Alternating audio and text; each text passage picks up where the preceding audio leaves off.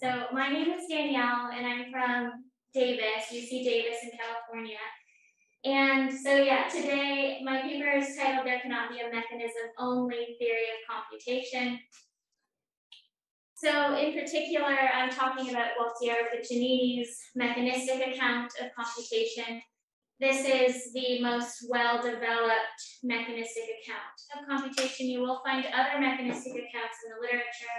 One is Fresco's account or Marcin Minkowski's account, but these are not mechanism-only theories of computation. So when I'm talking about the mechanistic account, I'm talking about Gualtiero Piccinini's, so this one right here.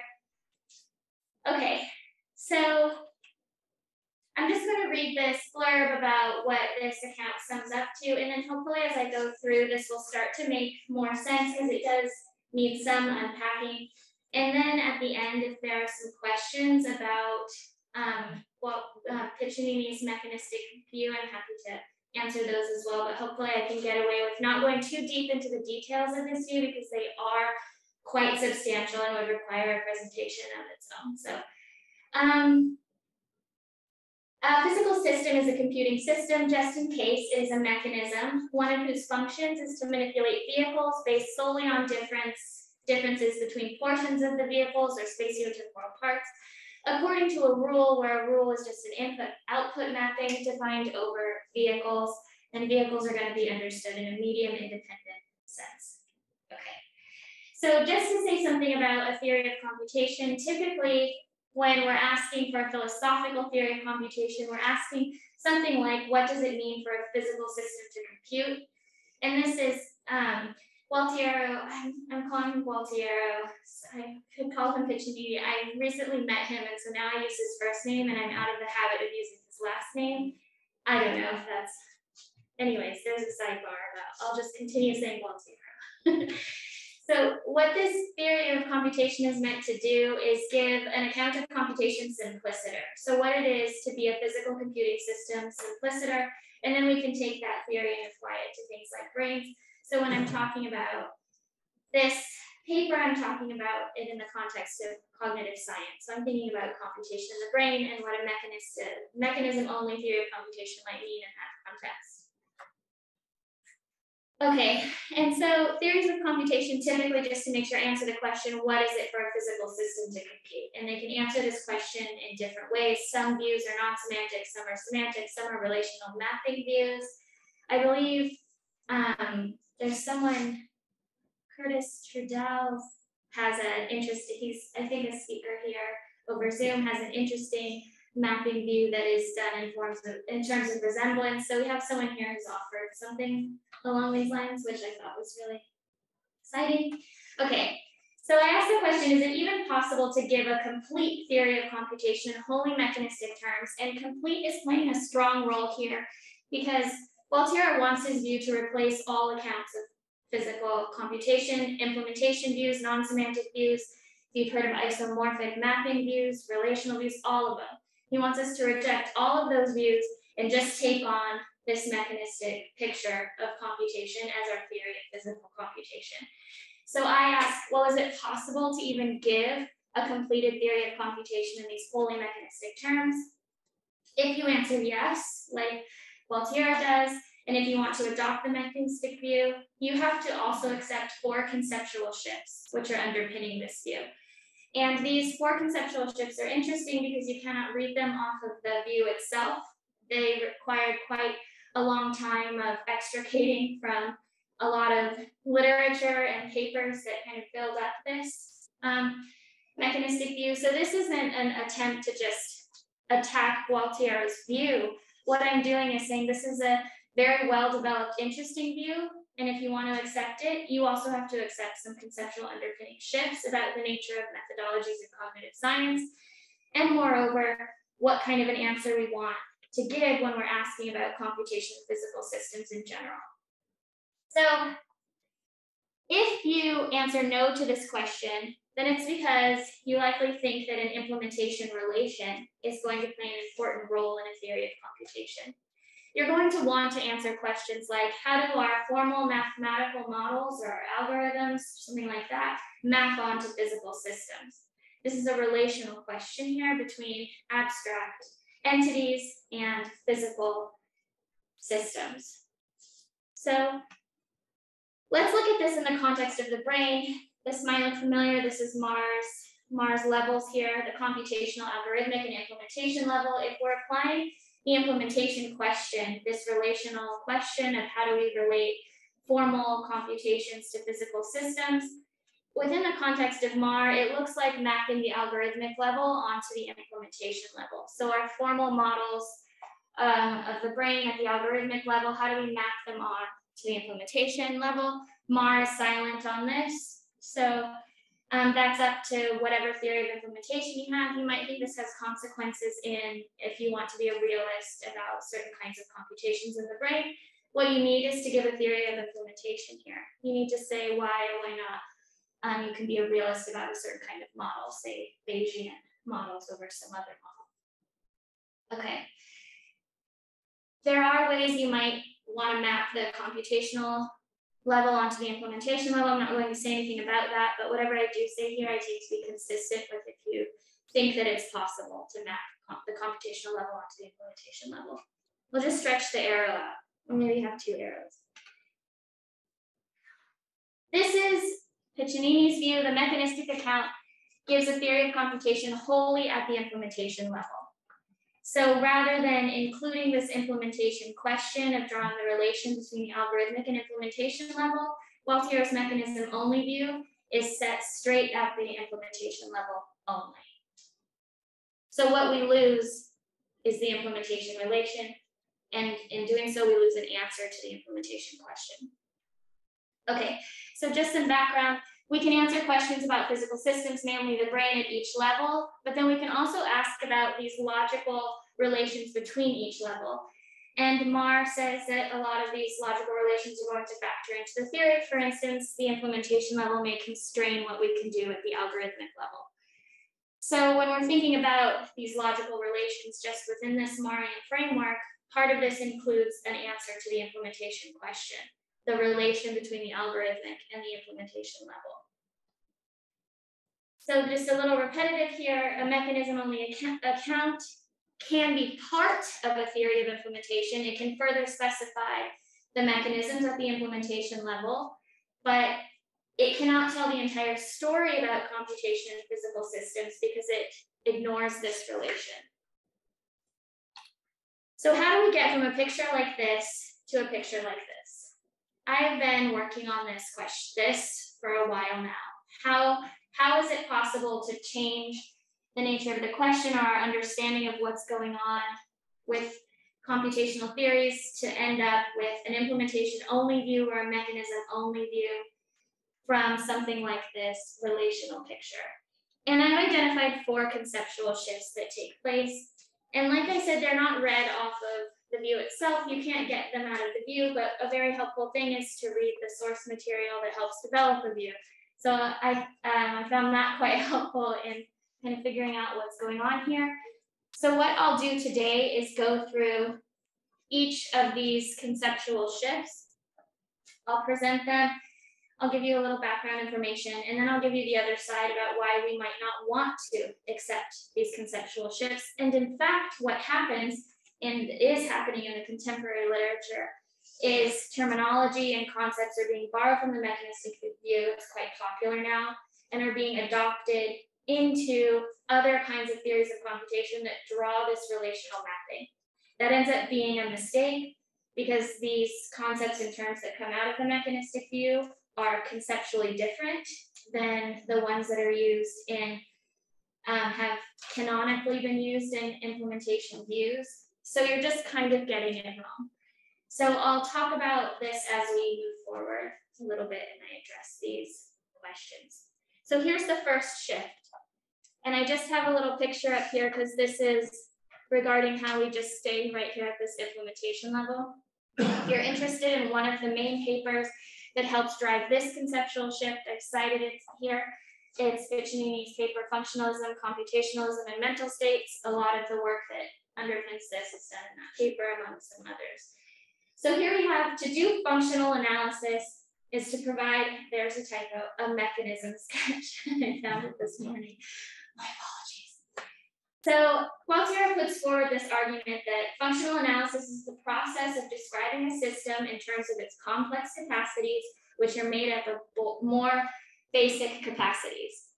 This should sound familiar. This is just a process of functional decomposition. This is the methodology of cognitive science, functional decomposition. It fits quite well with Marr's framework, so we might think that we're on the right track here.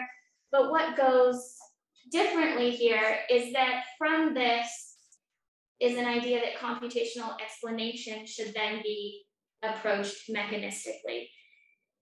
It would require a presentation of its own to break down this paper that I've cited here at the top, but hopefully you can just take my word here for it. There's a lot of work that goes on to this saying, look, we used, at one point in history, there was an emphasis on doing functional analysis by providing models.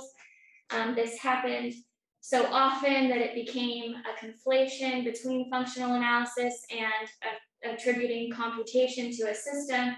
And so the argument goes, we have a mess, right? This was Fodor did this to us and some other people.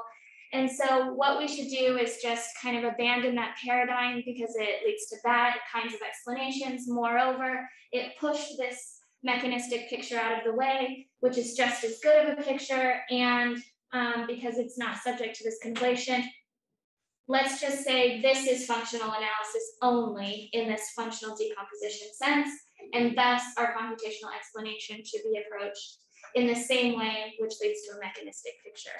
So I've just tried to give you a rough and tumble argument for why Gualtieri thinks this is the only way to do functional analysis. This is a strong claim. This is the only way to do it.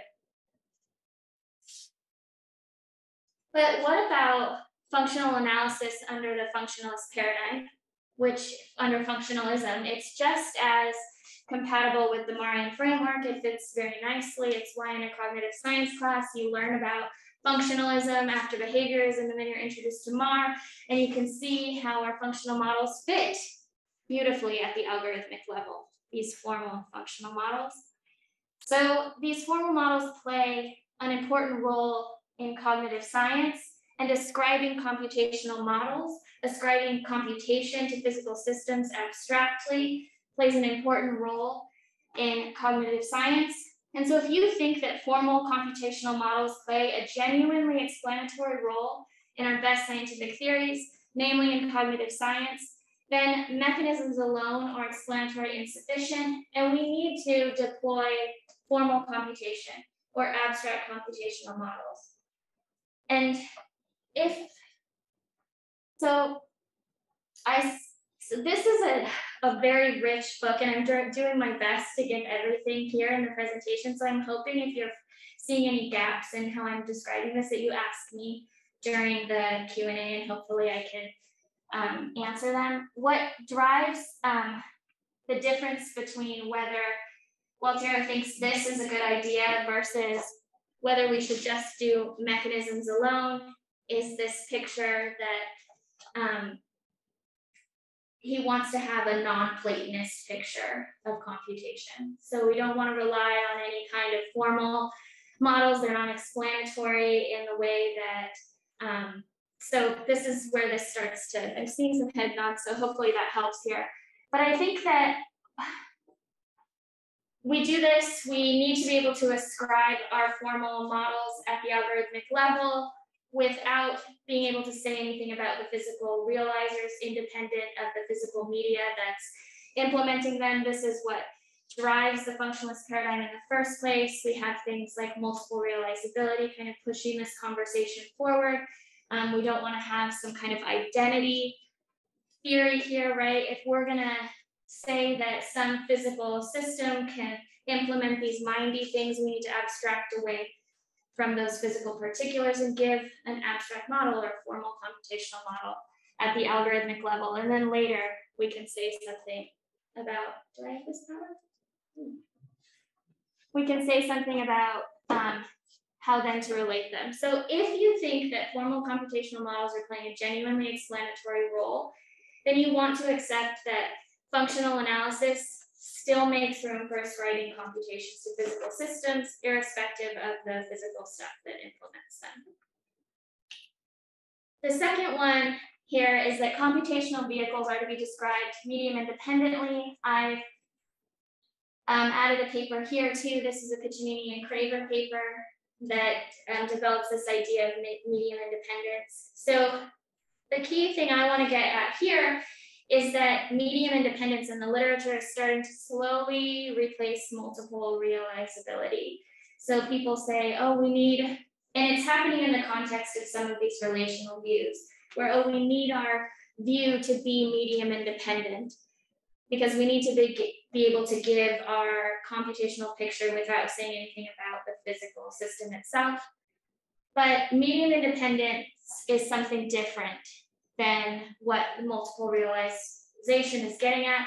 So medium independence relies on this notion of abstraction and is developed out of what is a mechanism sketch. So a mechanism sketch is an abstraction for which the bottomed out entities can't yet be supplied. And so it's still a mechanistic picture with just some details omitted about the physical system. This happens in biology all the time and neuroscience. And so this idea is borrowed, and Gualtiero argues that computational vehicles are medium independent. So if we borrow this medium independence, we still get this ability to specify the vehicles without saying very particular things about their physical causal realizers. This gets us out of some kind of identity theory problem. It also helps, Gualtiero thinks, to capture this idea of multiple realizability. So he says, in his paper, medium independent actually entails multiple realizability, so it's a stronger condition. Yeah, so there's things to be said about that, but hopefully now we can see this place of where medium independence is supposed to work. But what it actually does is take the implementation level and just break it up. So you're still at the implementation level, but maybe you're not giving bottomed out entities, so we are just giving an implementation view at different levels of abstraction. Rather than giving an abstract formal model, we're just working at different levels of abstraction, which still keeps us at the implementation level, even if they're called medium independent. Okay, so multiple realizability is invoked to support the idea that we can give a formal explanation of some physical system while staying silent on the implementers. If you accept the explanatory role, building off of this functionalist paradigm, if you accept the explanatory role that formal computation plays in a computational theory, and you think there are computational systems in the world that we can discover by drawing some kind of relation between the formal computation and the physical system, then you're endorsing the thesis that computational kinds are multiply realizable. You're not endorsing the claim that they're medium independent. You're saying that our formal models can be realized in multiple kinds of systems. So this is more of a general claim about computation, simpliciter, but we can zoom in and look at the mind sciences and thinking about the mind, and then cognitive science. We think that these algorithms can be, or our formal mathematical models of cognition or the mind can be realized in multiple physical systems. So the idea here is that replacing medium independence with multiple realizability gets us the same kind of idea, but by replacing like an abstract model with a picture of abstraction, we lose the picture that multiple realizability was invoked to do in the first place. It was, and it makes sense if you start to think of this non-Platonic kind of picture that Gualtiero wants to have of computation. We no longer need multiple realizability because we're not really considering our formal mathematical models to be explanatory. So we need to replace it with something else like medium independence. But not everybody holds that view. And in fact, people who are writing in the contemporary computation literature don't hold that view. So when they're swapping multiple realization for medium independence, we're making a conceptual mistake here. This is the picture I'm trying to paint. So in order to adopt this view, you have to accept these two shifts. Here's the third one, that a computational theory should capture instances of generic computation. There are 3 papers cited here because generic computation gets built out of a lot of different views. But computation in the generic sense is the processing of vehicles according to rules that are sensitive to certain vehicles, certain vehicle properties, and specifically to the differences between different portions of the vehicles, whatever. Basically, the idea here is that the notion of what computation is deflated all the way down to be able to capture every kind of computation, including analog computation. And so once you do that, you get a strong non-semantic view that doesn't require any sort of formal notions whatsoever. There's no external representation, there's no internal representation, so there's nothing like that. A rule is just an input-output function, so there's no internal semantics that even comes out of computer science. And we're thinking, yeah, so we've deflated the notion of computation way, way down. So if you want to capture things like analog computation, you have to do that. And this is just another way to see that the formal notion of computation, the abstract formal notion of computation, is stripped from this theory of computation, or the algorithmic level is gone and we're here at the implementation level. So I'm hoping this is coming out clear as I'm saying this. So you just have to change your idea of what computation is in the first place. So you might think that a view of computation that captures literally every kind of computation, including analog computation, if it manages to say everything, it ends up saying nothing. And I think this is the problem here.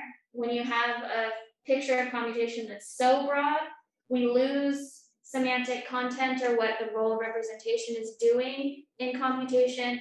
We lose the idea of formal algorithms or algorithmic procedural kind of computation. It's all gone. It has to be gone out of the picture in order to deflate the notion down to this level. And the worry is that, the further worry is that you end up not even capturing computation in the first place when you deflate it this far down. But what I'm just hoping to show is that once you get rid of all of that, we're just at the implementation level. Even when we're saying what computation is, we're still just at the implementation level. Am I okay? I'm sorry. I've lost all sense of context up here. Okay. So when we're thinking about formal computation in the brain, we just think cognitive science doesn't begin and end with descriptions of physical neural mechanisms. This is something Weisskopf says in this paper, Models and Mechanisms and Psychological Explanation. Another way to think of this is that when you give a picture in cognitive science of just physical neural mechanisms, the mind drops out of the picture. We lose a picture of the mind here when we're just talking about these physical neural mechanisms. And more importantly, they play a huge role in cognitive science. So our formal computational models sometimes aim to tell us what the brain is doing. And if you think that these formal models can tell us something about what the brain is doing, then an explanation of computation in the brain requires more than saying something about, and I'll explain this, how spike, frequency, and timing count as medium independent. So this comes more out of the paper, but there's a section here talking about how spike, frequency, and timing, they appear to be medium independent because nothing about the biophysics of the spikes themselves matter for the computation. Therefore, we've identified computation in the brain, and the brain is a computational system. So this relies on the idea of generic computation. And so it has nothing to do with any kind of formal computational model at all. It just says, look, we have spike, frequency, and timing. They're medium independent. There's some sort of input-output happening, so there's a rule. Okay, we have computation in the brain. This seems to be quite an unsatisfactory answer. If you think that the formal models play a role in whether the brain is computational, is the brain implementing some sort of formal computation? Is the brain doing a Bayesian kind of calculation, or is it doing some other calculation? Is the brain computational like that? These are the kinds of questions that we're asking when we ask, is the brain a computer? Not this kind of picture. So we want to ask how to relate the algorithmic level to the implementation level. That's not to say that we're not interested in the mechanisms of computation, but there's interest in this picture. And if you want to give a complete theory of computation in physical systems, and you drop out this picture, this implementation part of the story, then you're saying that, you know, a picture about how spike frequency and timing are medium independent gives you an entire story here. And so I'm pushing back on that. Okay. Now this is the big one. I put like a firework next to number 4, because this is really what's driving a lot of the ability to even put forth a view like this. And this is what gets you number 1 and number 2, is that Marr's framework, those 3 levels in Marr's framework, are actually changed. So he says Marr's levels are mechanism sketches that together form a complete mechanistic explanation. There's a paper that talks about this. The book talks a lot about this. So there's reason to interpret Marr as actually doing something like this. I think this is quite controversial, but the idea is that each of Marr's levels are actually just different aspects of the same mechanistic explanation. So the computational level is just a description of a mechanism task, and the algorithmic level is just a description of computational vehicles, operations that manipulate vehicles, and the order in which the operations are performed. And this sounds kind of like how the 3 levels are working, but what I want to say is that all it's done is take the implementation level and blow it out to look like it's Marr's level. So it's basically reduced or collapsed the computational, algorithmic, and implementation level down to just the implementation level, and then reconceptualize the implementation level to kind of look like it now has this Marran hierarchy in it, but it doesn't actually. And yeah, okay. There's reason to push back on this conception of Marr, especially based on just what I've talked about here at the beginning, and I'll go back. We can ask about the logical relations between each level. This comes out of Marr's, the published work collectively, called Vision, that I believe was published posthumously, so I don't think he wrote it, but it was after that. A lot of the work talking about these relations. And one specific thing that Marr says in that book is that mechanisms are at the implementation level only. So perhaps what we have in terms of mechanisms at the implementation level can constrict our algorithmic level. This is where Marr places them, at the implementation level. So reconceptualizing Marr to be a full-blown mechanistic explanation at 3 levels is just not it disagrees with what Marr was trying to do and changes the picture to just an implementation only view. Okay.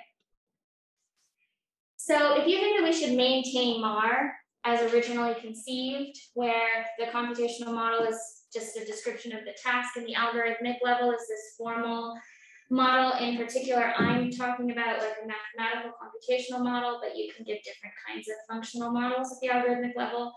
I'm just talking about the computational ones. If you want to preserve this picture of Marr in order to explain complex information processing systems like the brain, then we know that Marr characterizes mechanisms at the implementation level explicitly, and we can approach the implementation level at different levels of abstraction like this, but we do not therefore shift to another level in the framework. So if you want to maintain the original picture of Marr, where we can give an algorithmic, abstract, kind of formal picture of what the brain is doing, then you also need to reject the idea, the work that medium independence is doing. You also need to reject this picture of generic computation in physical systems. And Yeah, so you need to reject medium independence. You need to reject that this is the only way to do functional analysis. It looks like we can do functional analysis this way, especially within the Marian framework. Okay, I believe that's it. Hopefully, okay. Yes. Good. That's it.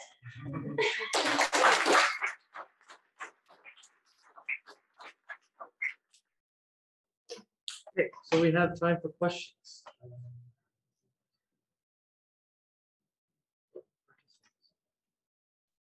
I think I'd just like to say too, this is a chapter in my dissertation that works with like a bigger picture too, where I argue that a theory of computation is actually a unified account. So any theory that just addresses the implementation view only will still be insufficient to provide a complete theory. It looks like mechanisms do a good job of helping constrain even a kind of mapping view and can ward off triviality concerns and things like that. And then a semantic view is doing something different, like interpretation. So I do have this bigger picture in mind of a unified account of computation that has several working parts that all answer distinct questions. And so I do think there is a place for this, but we just have to kick out some of this conceptual shifting that's gone on. Okay, now I'm done. Looks like you have a question online. Yeah, so we will go to Jackie Sullivan.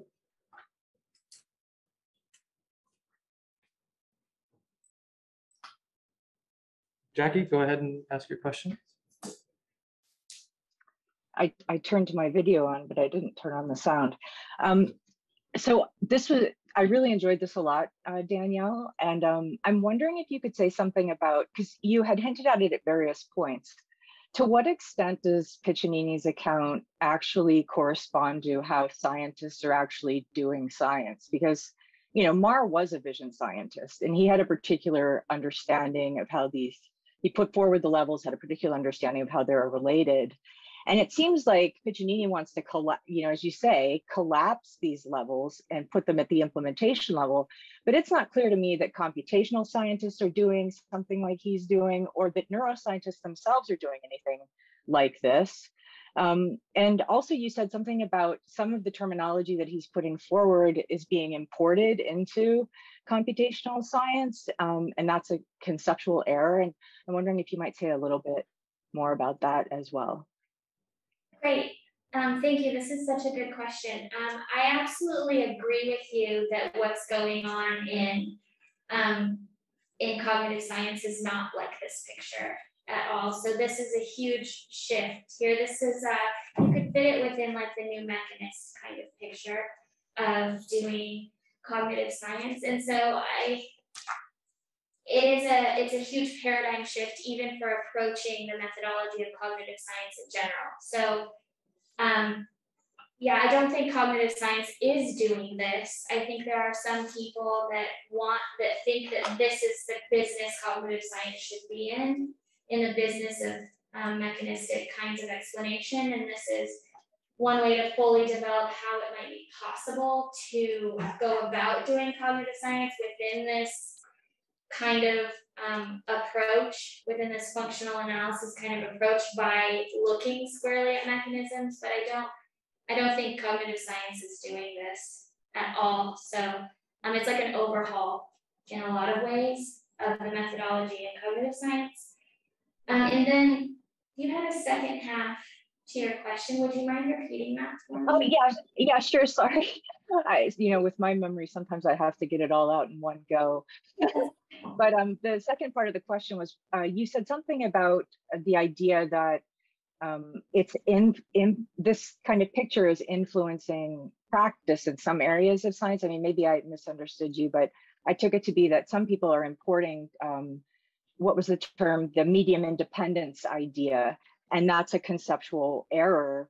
And I'm just wondering if this view is influencing science in any way. And it seemed like I took you to be saying it was, and that was problematic because they didn't realize what they were getting rid of, because this is an eliminative picture. So they didn't realize what was being eliminated at the same time that they're importing these concepts. But maybe I misunderstood that. I don't know. No, I don't think you misunderstood. I think I could be more clear. So I'm giving a case study here within cognitive science, but this view is meant to address computation simpliciter. So computation in kind of any context.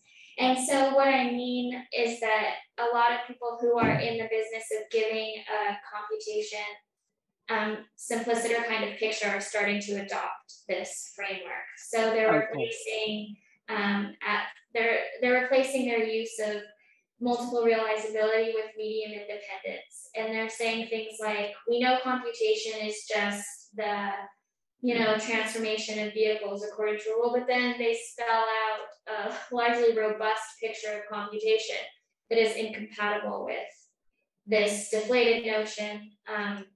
And so that's really what I mean, is that it's being adopted into the computation literature. Okay. And, and I just want it to slow down, just stop doing that.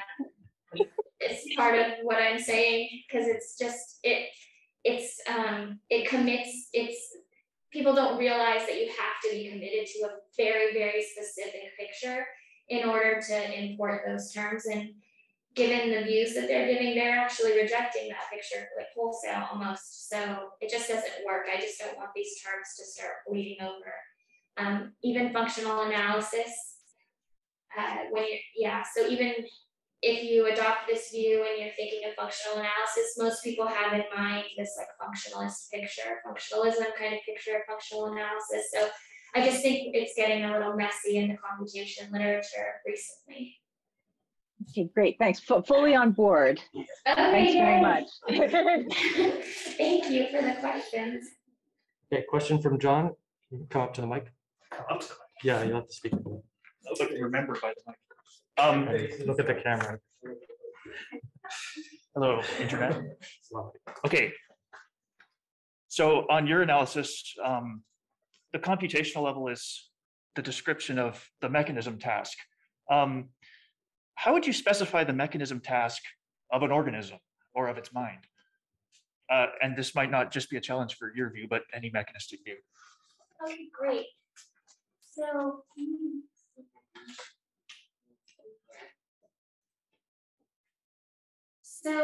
I think Gualtiero was saying that the algorithmic level or the computational level is a description of the mechanism task. So this is the new picture that Gualtiero wants to draw of Mars levels. So I push back on this, and I'm looking at the original conception of Mars levels like this. So the computational level is just a computational problem. So if we're thinking about it in terms of like the early visual system, like Mar was thinking of it, how does the brain take shadows and light through the eyes and then turn that into a full-blown mental representation of the external world?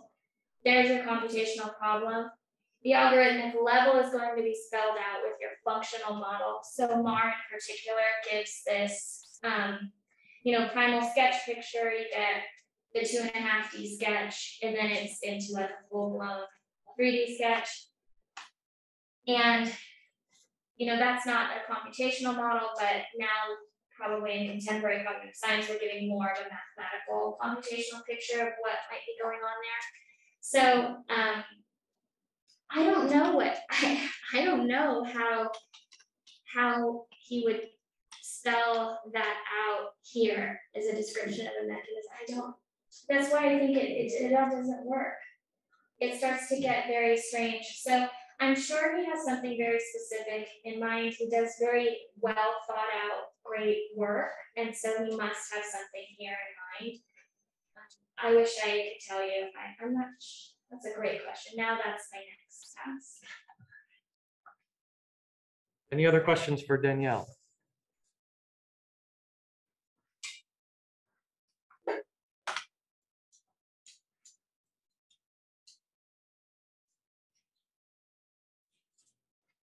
Chris? And then we'll go back to Jackie. So this is a bit off to one side, but I think it's related to your third conceptual shift. So in physics, there's a lot of debates about computation using different types of physical systems, like quantum systems. And so I'm curious about So my impression is that Gualtiero's position would be, if we were standing next to a river, say, you could imagine that the actual flow of the water is computing, in some sense, the equations that govern the flow of the water, right? So that you could actually think of the analog system as implementing a computation. And I mean, I think I agree with your impulse to think it's not really clear how to think of that as a computation, but there's sort of a mix between a kind of practical question, which is what would the input and output states be, and sort of how could you use that as a computer? But I just wanted to, in some sense, make sure that I'm getting the debate right, that that kind of objection is really to thinking of the physical system as implementing an algorithm. But Gualtiero's position would be that you could just think of that mechanical system as computation. Is that right? Again, it's sort of Okay. somewhat off to one side. No, let me see if I can get this right. I think you would deny that the water counts as a computational system. That might be a trivial implementation, but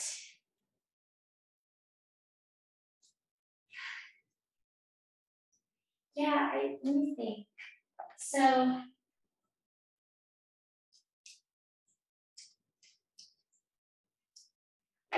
I think this just relates to the idea that you can give a complete theory of computation at that level. So I do think like at that level of the mechanistic picture of computation is very, very important. So I think in a lot of ways, this is why I like Minkowski and Fresco's view, because they leave open this relational view. In fact, they build on top of a mapping view and then give a mechanistic picture, rather than rejecting a mapping view and then giving a mechanistic picture. So I think that he's on the right track doing something like this. I think the problem comes when I think it goes like you throw the baby out with the bathwater or something like that. I think that's the right. So you would Yeah. say that it's not computing anything. And you would also say it's not computing anything for different reasons. The water, I Yeah. think we would both say that would be a case of overgeneralization. So it would have something to do with the vehicles and how that would be spelled out. So I don't think that we would, either of us would count the water flowing as a case of computation. But I think there's reason to worry that his case might actually capture the water flowing.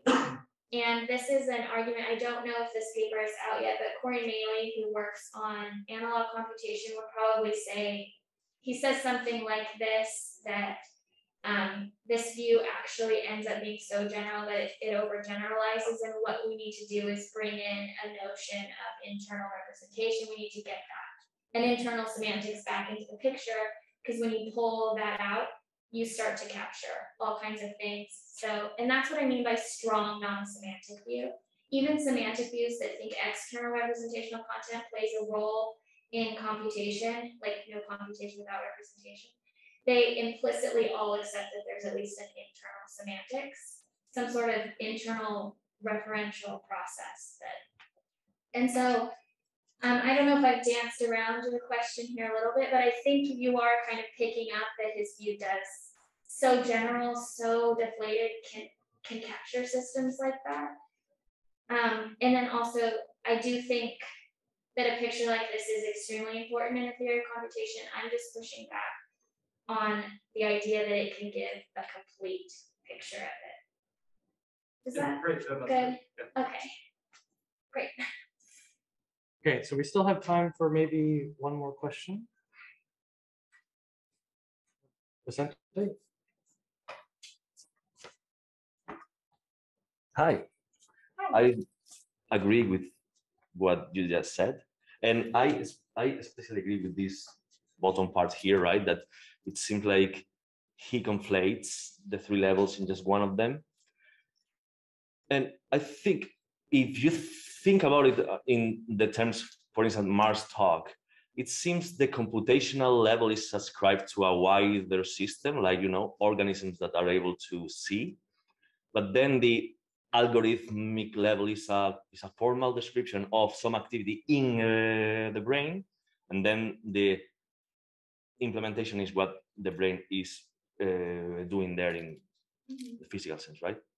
So I wonder, and this is purely speculative, do you think that Piccinini could save his own view if he thinks the implementation level is not the brain, but the organism environment system, which is a physical level itself, where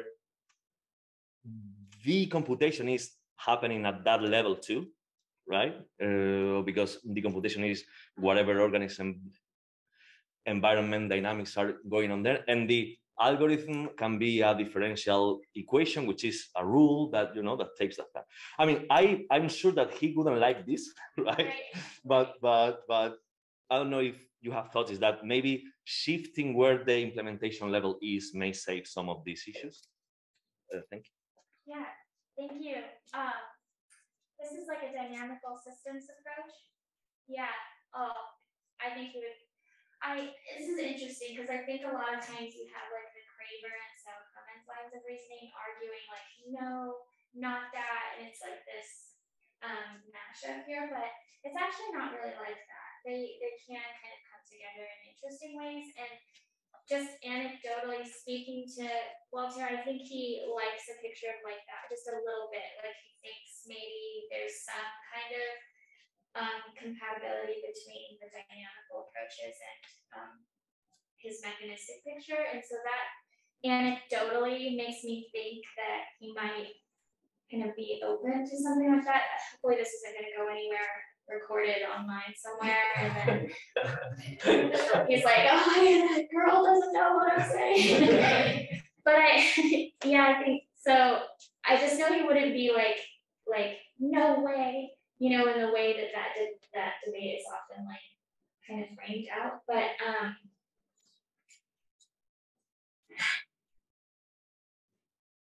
yeah, I don't know what to say. I think this is interesting. I'd like to think about this because it would be more like a topological kind of model.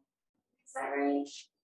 Like in a differential equations kind of give us more of like a topological picture rather than like a computational.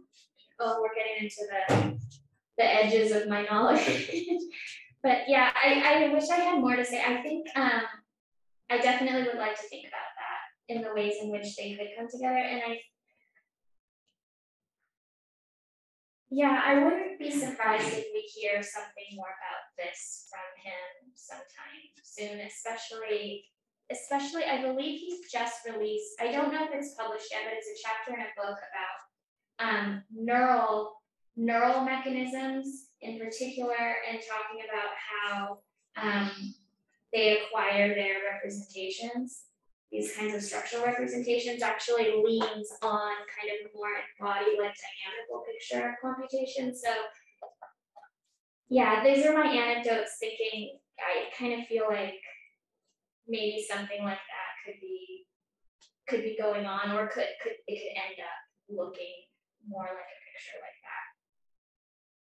But I still think that is compatible with wanting a relation, because we still have, I think the biggest place of why this relation is really important here is in the realism and instrumentalism debate about whether we're realists or instrumentalists about certain kinds of formal models. Like Bayesian is just the go-to one. So if you want to say that the brain literally implements Bayesian computations over some other computation, well, these are just competing models. In a lot of ways, you just picked that one.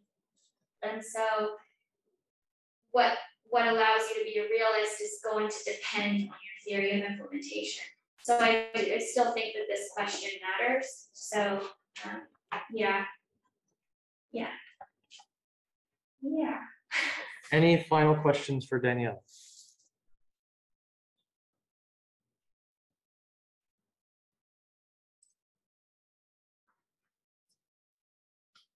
Andre?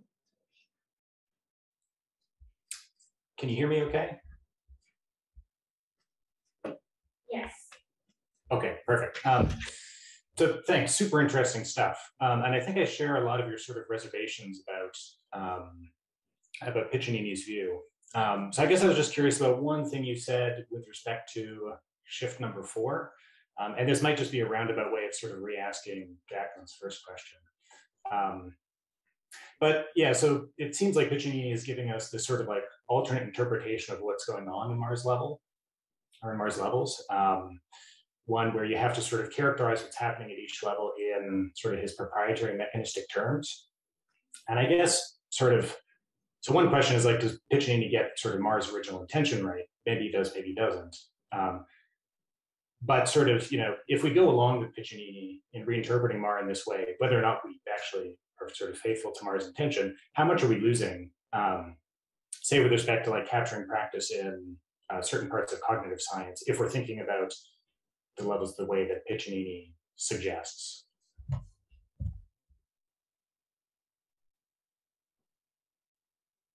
Okay, so what do we lose by kind of adopting this mechanistic picture of Mars versus the way that I presented it versus like this picture? Yeah. Yeah, I think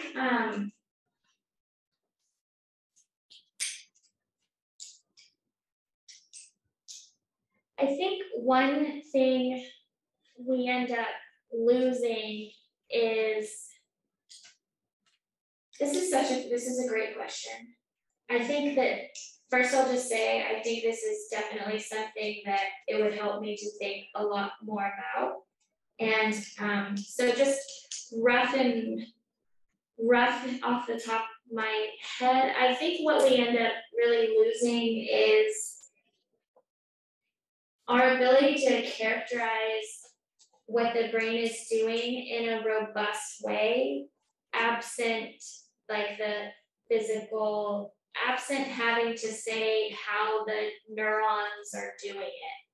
So I think there's certain views you can have where you can be a realist at the algorithmic level. So you can think that our formal models really do say true things, even absent knowing how they're realized in the physical system. And so I think you lose this kind of picture, you lose that way of approaching cognitive explanation by really leaning on these formal models. And I think he doesn't want us to do that in the first place, but I do think that especially when we're thinking about cognition and the brain and the mind, there's this huge gap. Like you can't look at the brain and see cognition. So we have to rely on these models in a lot of ways to think about what the brain is doing, to make assumptions about what the brain is doing. And so I think shifting away from this picture takes our ability to say substantial things with like a mathematical model, for example. Does that help? Kind of. That does, yeah. I've got more questions, but maybe I'll follow up later. Thank you. Okay, thanks. Okay, so let's thank Danielle once again.